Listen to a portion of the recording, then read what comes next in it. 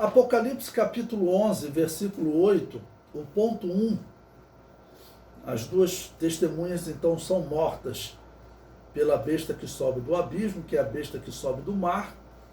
Sempre lembrando que a besta que sobe do mar, ou besta que sobe do abismo, é um poder político que tem como líder o anticristo.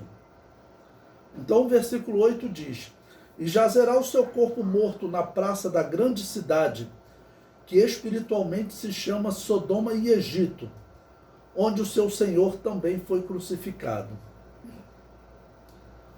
Bom, pelo texto nós já entendemos, claro, que está falando da cidade de Jerusalém, onde o Senhor das duas testemunhas foi crucificado, onde Jesus foi crucificado. Mas vocês encontrarão livros, o Novo Testamento interpretado versículo por versículo, por exemplo, Russell Norman Chaplin, ele defende que essa grande cidade se trata de Roma. Aqui está dizendo claramente que a grande cidade onde Jesus foi crucificado. Jerusalém era uma grande cidade. No momento que João está sendo revelado, essa cidade tinha perdido muito da sua glória. O templo já não existia mais. Ele fora destruído uns 20, 25 anos antes. Mas a referência é a Jerusalém. O comentário diz: o local da morte das duas testemunhas é dito bem claro, onde o seu Senhor também foi crucificado. Ou seja, elas são mortas em Jerusalém, onde Jesus foi crucificado. E cremos que esta morte é literal e não simbólica. É sempre uma pergunta que alguns falam, né? Esses homens vão existir mesmo ou é um testemunho simbólico? Eu acredito que eles existirão de fato, porque está falando em morte e ressurreição. E que é futuro também. Não dá para dizer que essas duas testemunhas representam, como alguns colocam, a igreja e Israel testemunhando o monoteísmo na história. Então, realmente se trata do futuro e são literais de fato. Bom, a morte deles em Jerusalém, como aconteceu com Jesus, nos faz lembrar novamente da transfiguração, porque na transfiguração estavam conversando com Jesus, né, Elias e Moisés, e o tema era morte em Jerusalém. Okay? Então, Jesus morreu em Jerusalém, e aqui é feito um comentário: as duas testemunhas morrem onde o seu Senhor também foi crucificado. O comentário prossegue: elas estarão profetizando no período que o anticristo estará liderando esta cidade por causa da aliança que Israel fará com ele. E tendo neste período domínio da cidade, terá facilidade, após elas concluírem o testemunho, de matá-las. Então o anticristo, ele estará liderando a cidade de Jerusalém também. O poder do mundo será entregue ao anticristo. E o governo da cidade de Jerusalém também será entregue ao anticristo. Eles estarão olhando para esse homem como sendo a solução dos problemas, como sendo um aliado, um homem de bem, sem saber que por trás dele está o plano de Satanás de ocupar o lugar que Deus escolheu para Davi, aqui na terra, e o lugar também onde Deus escolheu para colocar o seu nome. Satanás quer ocupar esse local, e Satanás ele quer sempre ver o homem sofrer. Satanás ele tem uma ira com a criatura de Deus, porque ele quis ser líder dos seres espirituais no céu, se tornou líder de 1/3, né, dos caídos, e ele quer ser líder das criaturas de Deus aqui na terra. Infelizmente, muitos homens o recebem assim. O comentário prossegue: a cidade de Jerusalém sempre foi o local da matança dos profetas.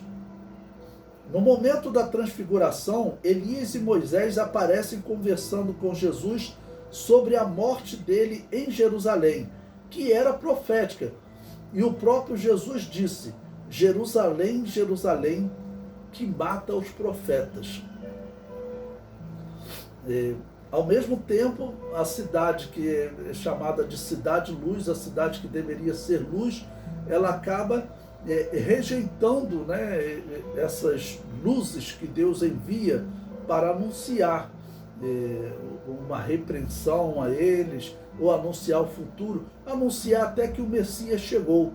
Jerusalém matou o último dos profetas do Antigo Testamento, que foi João Batista. Os judeus na época de Jesus criticavam seus pais por terem matado os profetas e acabaram por fazerem o mesmo, matando aquele que é muito mais do que profeta, ou seja, matando o Messias. Mataram João Batista e também matam o Messias. Na grande tribulação ocorrerá o mesmo. Os judeus condenaram os pais do Antigo Testamento por matarem os profetas, mas não crerão nas duas testemunhas e não farão nada para livrá-las das mãos do anticristo. Certamente apoiarão o anticristo nesse homicídio, já que estarão crendo ser ele o Messias. E é claro, os judeus, eles recebendo esse homem como Messias, e ele certamente participando da construção do templo, a construção do templo vai trazer um enriquecimento a Israel muito grande. O turismo, que hoje já é grande a Israel, para visitar as sinagogas de Satanás, que a Igreja Católica colocou lá, né? Diversas igrejas dizendo que o local onde Jesus nasceu, está lá a Igreja da Natividade, né? Diversas igrejas eles construíram.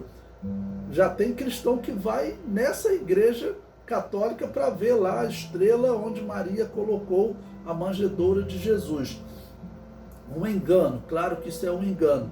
Agora, pense quando for construído o templo judaico mesmo, né? Eles disseram, olha, reconstruímos o templo de Salomão. Então vai ser uma correria e, vamos até dizer, a viagem a Israel vai ficar muito mais cara. Se hoje são cobradas 5, 7 mil dólares, esse valor será muito maior, porque todo mundo vai querer visitar o templo. Principalmente os judeus do mundo todo pagarão para ter a oportunidade de participar de um culto, de um cerimonial lá no templo. Então, o povo de Israel vai estar apoiando o anticristo, porque eles terão uma aparente paz. Então, esses dois profetas, vai acontecer com ele o que aconteceu com João Batista. Os israelitas não protestaram contra Herodes quando ele mandou matar João Batista, né? Se eles reconhecessem ele como um profeta, era para eles protestarem veementemente contra Herodes.